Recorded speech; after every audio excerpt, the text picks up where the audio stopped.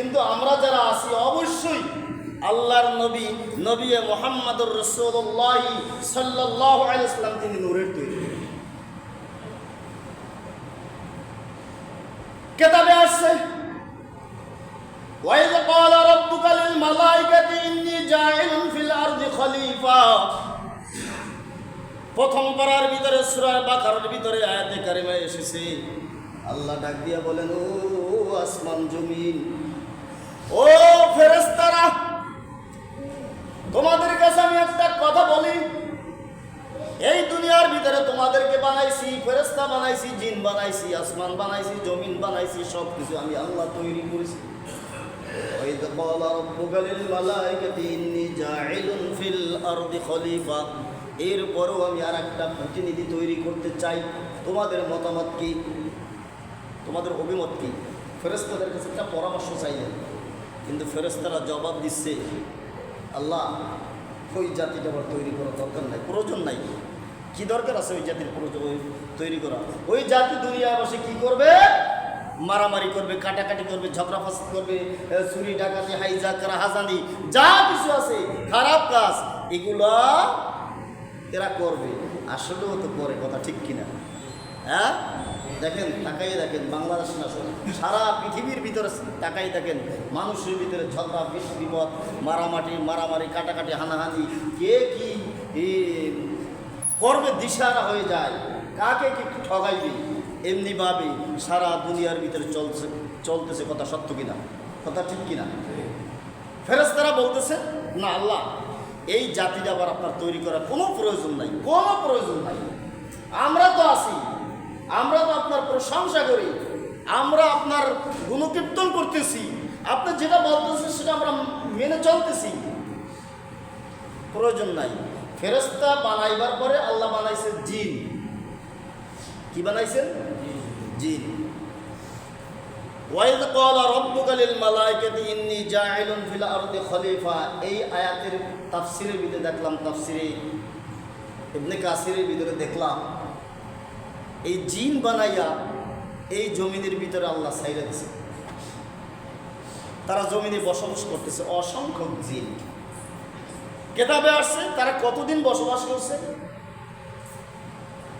তারা 2000 বছর বসবাস করছে এই জমিনের ভিতরে জিন।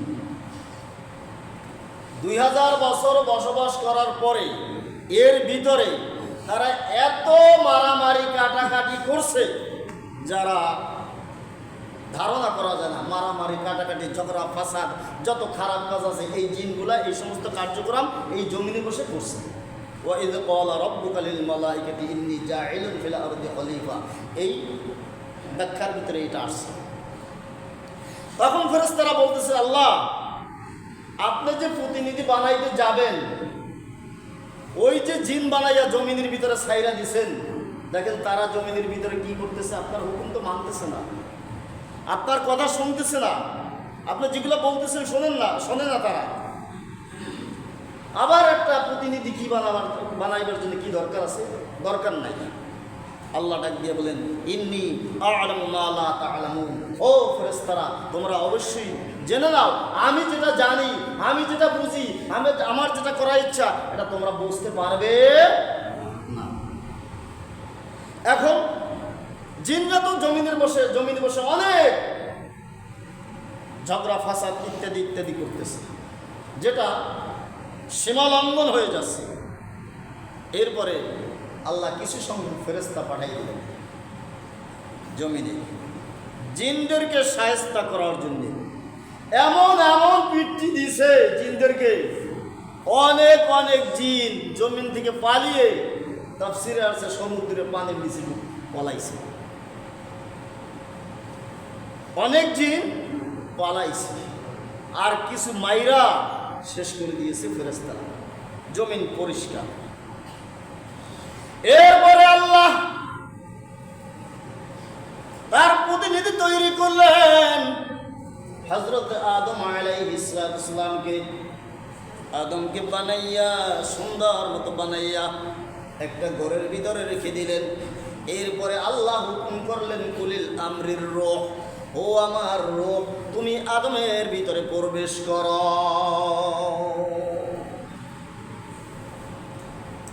ইতিহাস সাক্ষী দেয় রূহকে যখন আদমের দেহের ভিতরে প্রবেশ করার হুকুম হলো, রূহ চলে গেলেন আদমের দেহের ভিতরে প্রবেশ করার জন্য।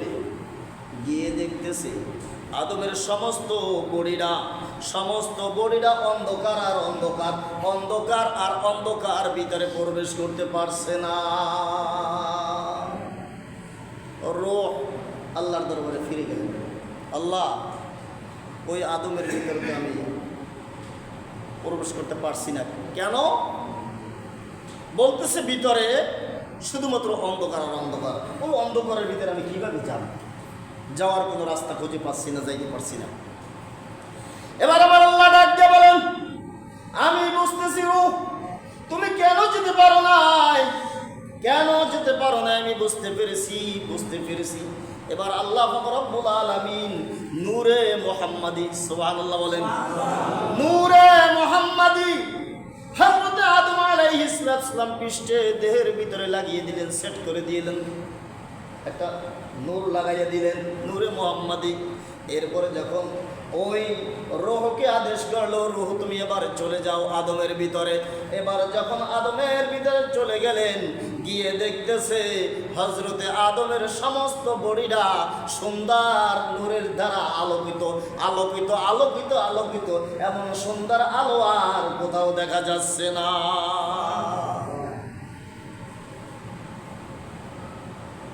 রূহ ভিতরে প্রবেশ করলেন, আদম আলাইহিস সালাম নড়াচড়া শুরু করলেন। এখন সে জিন্দা হয়ে গেল।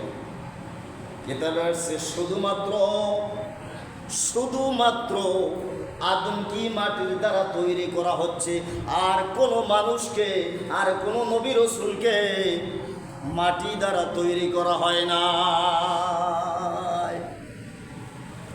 এলামের উম্মতের দল,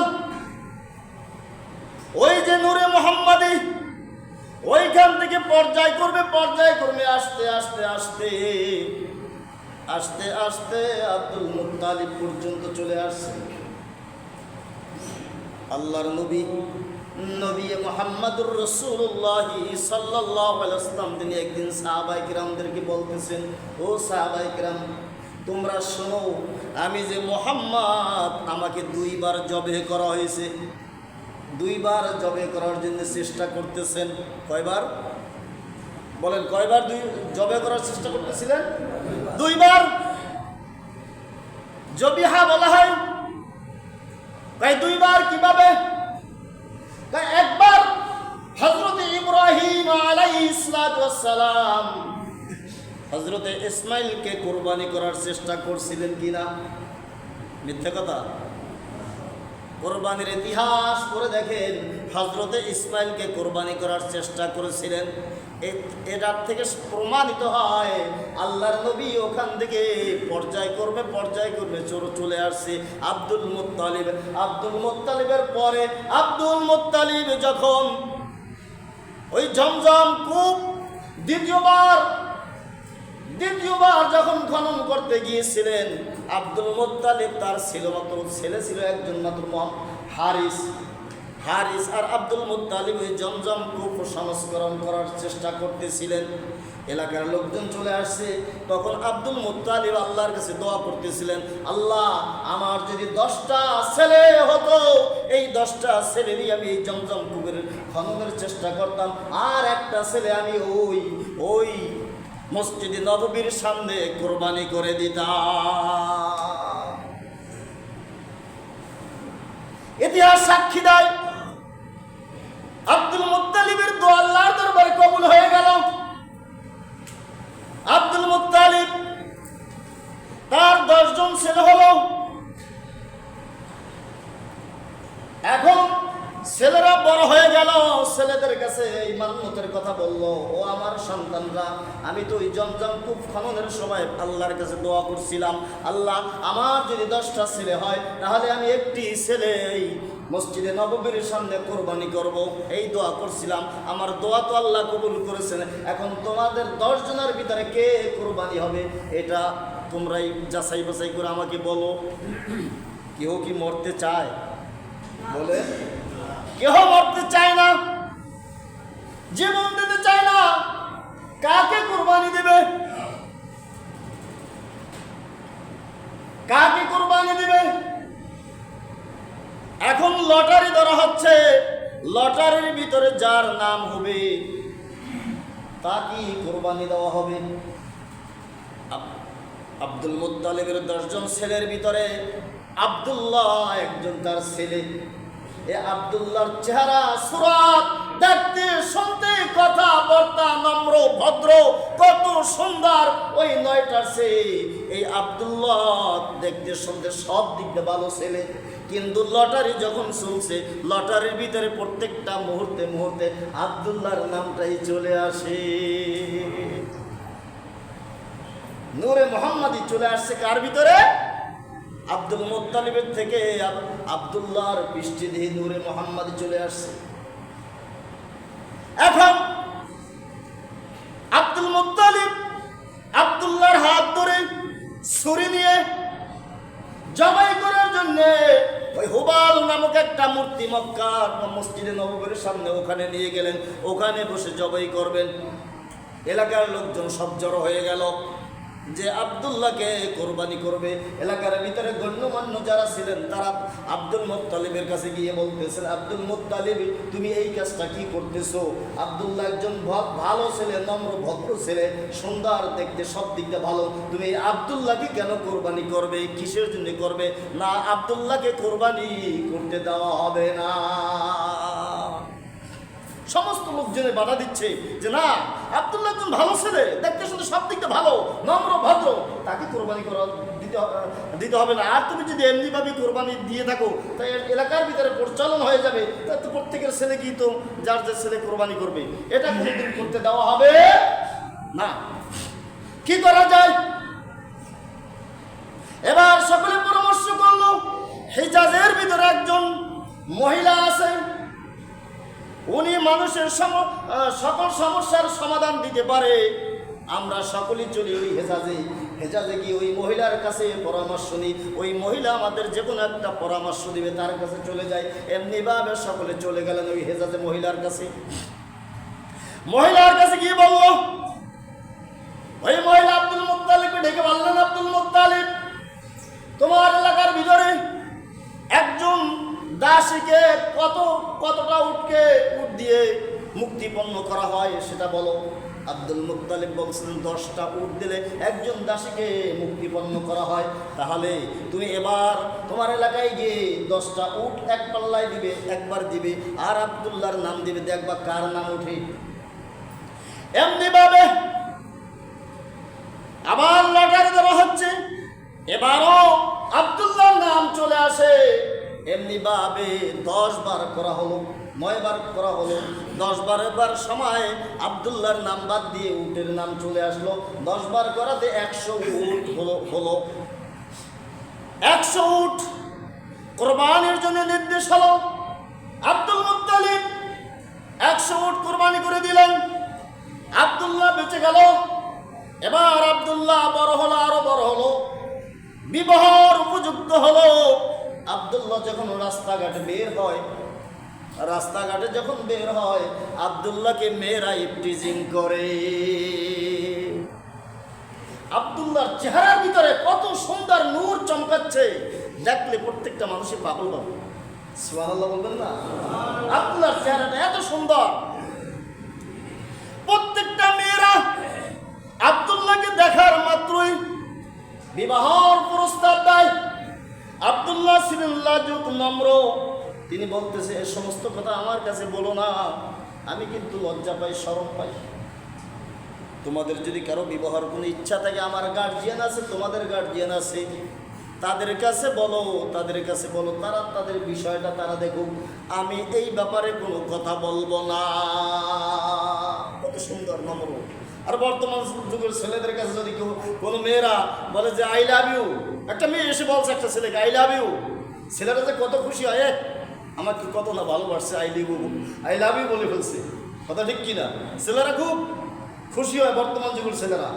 কিন্তু আল্লাহর নবীর আব্বাজান আব্দুল্লাহ লাজুক অবস্থায় তিনি বলতেছেন, করতেছেন, এগুলা আমার পক্ষে সম্ভব না।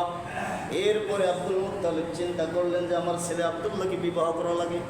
সংক্ষিপ্ত করে দিচ্ছি, আব্দুল মুত্তালিবের বন্ধু জোহারা বিন কালাবের আব্দে মনাফের মেয়ে, বিয়ের প্রস্তাব হয়ে গেল, বিয়ে হয়ে গেল, সব কিছু হয়ে গেল। এবার বিয়ের পরে যখন আব্দুল্লাহ রাস্তায় বের হতো, আব্দুল্লাহকে এখন আর কেউ বিয়ের প্রস্তাব দেয় না, এখন আর কেউ কিছু বলে না। কারণ কি? আব্দুল্লাহর চেহারার ভিতরে আগে যে নূর ছিল, যেই নূর ছিল, এখন আর আব্দুল্লাহর চেহারার ভিতরে সেই নূর দেখা যায় না। ওই নূরটা মা আমিনার গর্ভে চলে গেছে। আব্দুল্লাহকে এখন আর কেউ বিয়ের প্রস্তাব দেয় না। এমনি ভাবে চলতেছে। মা আমিনার গর্ভের বয়স যখন 6 মাস হলো, কিতাবে আসছে আব্দুল্লাহ তার সঙ্গীদেরকে নিয়ে ব্যবসার উদ্দেশ্যে শাম দেশে যাচ্ছে। ব্যবসা করে যখন বাড়ি ফেরার পথে চলে আসছে, তখন আব্দুল্লাহ অসুস্থ হয়ে পড়লেন। আব্দুল্লাহ অসুস্থ হয়ে পড়ছে, সাথীদেরকে বললেন, তোমরা সকলেই দেশের বাড়িতে মক্কা নগরী চলে যাও, আমি যেতে পারবো না, আমার শারীরিক অসুস্থ, আমি যেতে পারবো না। আমার দাদার বাড়ি বনি নাজ্জারের বংশ, আমার দাদিমা আছে, আমি তার কাছে যাই। তার কাছে সে থাকলেন, আর সকলে চলে আসলেন। আর আমার এই অসুস্থতার সংবাদটা আমার পিতা আব্দুল মুত্তালিবের কাছে তোমরা জানিয়ে দিও।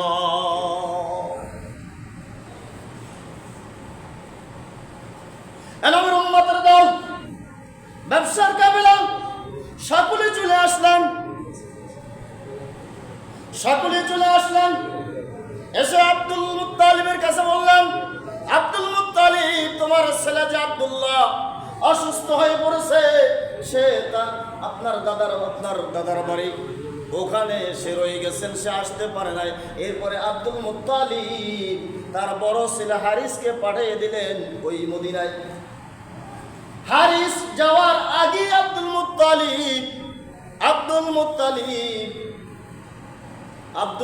হারিস যাওয়ার আগে আব্দুল্লাহ দুনিয়া থেকে চলে গেলেন।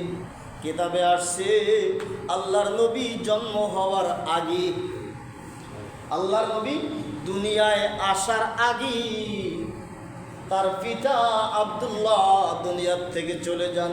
জন্ম হয়ে শিশু নবী বাবা দেখে নাই, জন্ম হয়ে শিশু নবী বাবা দেখে নাই। বলো বলো মা গো, আমার আব্বা জান কোথায়? এতিম হয়ে শিশু নবী বাবা দেখে নাই। বলো বলো মা গো, আমার আব্বা জান কোথায়? আল্লাহর নবী মুহাম্মদ রাসূলুল্লাহ সাল্লাল্লাহু আলাইহি সাল্লাম দুনিয়ায় আসার আগে তার আব্বা ইন্তেকাল করেছেন। আবার কোনো কোনো রওয়ায়াতে আসছে আল্লাহর নবী যখন দুনিয়ায় আসছেন 6 মাস পরে তার আব্বা জান ইন্তেকাল করেছেন। কয়েকটা রওয়ায়াত পাওয়া যায়, কিন্তু আসল রওয়ায়াত হচ্ছে আল্লাহর নবী দুনিয়ায় আসার আগে তার আব্বা জান দুনিয়ার থেকে চলে গেছেন। তাকে ওই মদিনায় দারুন নাজাতে তাকে দাফন করা হয়, দারুন যুদ্ধিতে তাকে দাফন করা হয়। এরপরে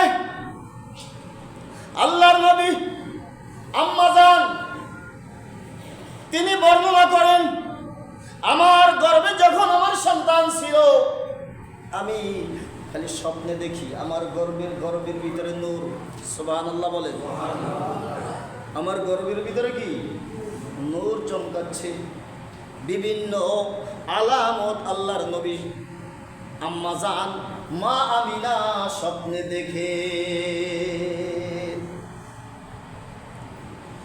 যখন 10 মাস 10 দিন হয়ে গেল, আল্লাহর নবীর আম্মা জান মা আমিনা একা ঘরে, কোনো লোকজন ছিলেন না। যেদিনকে আর নবী আমার দুনিয়ায় আসবে, একা ছিলেন ঘরের ভিতরে। হঠাৎ করে দেখতে দেখতেছেন দুইজন মহিলা রাত্রে গভীর রাতে তার কাছে চলে আসছে। কেউ কেউ বলতেছেন হযরতে আসিয়া এবং মরিয়ম, এই দুইজন আল্লাহর নবীর আম্মা জানের পাশে চলে আসলেন। যখন যখন প্রসাব করেন, মানুষের একটা ব্যথা বেদনা শুরু হয়ে যায়, কিন্তু আল্লাহর নবীর আম্মা জানের কোনো ব্যথা নাই, কিছু নাই। এটা শুধুমাত্র তার মর্যাদায় দুইজনের সেবা যত্ন করতেছেন। আল্লাহর নবী 12 রবিউল আউয়াল সোমবার দিবাগত রাত্র শবে সাদেকের সময় আল্লাহর নবী মুহাম্মদুর রাসূলুল্লাহ সাল্লাল্লাহু আলাইহি ওয়াসাল্লাম দুনিয়ায় শুভ আগমন করলেন। ইতিহাস সাক্ষী দেয় আল্লাহর নবী দুনিয়ায় এসে সিজদায় পড়ে গেলেন। সাধারণত দুনিয়ার ভিতরে মা বোনরা যখন বাচ্চা প্রসাব করে একটা আলাদা সিস্টেম চিত হয়ে আসে, কিন্তু আল্লাহর নবী অমনিভাবে আসে নাই, এসেই সেজদায় পড়ে গেলেন। কেহ বলতেছেন, ওই সময় বলতেছে নাকি ইয়া উম্মতি ইয়া উম্মতি। আবার ইতিহাস সাক্ষী দেয় মা আমিনাও বলতেছেন, যখন আমার বাচ্চা প্রসাব করলো আমি দেখলাম আমার গর্ভ থেকে একটা নূর বের হয়ে গেল।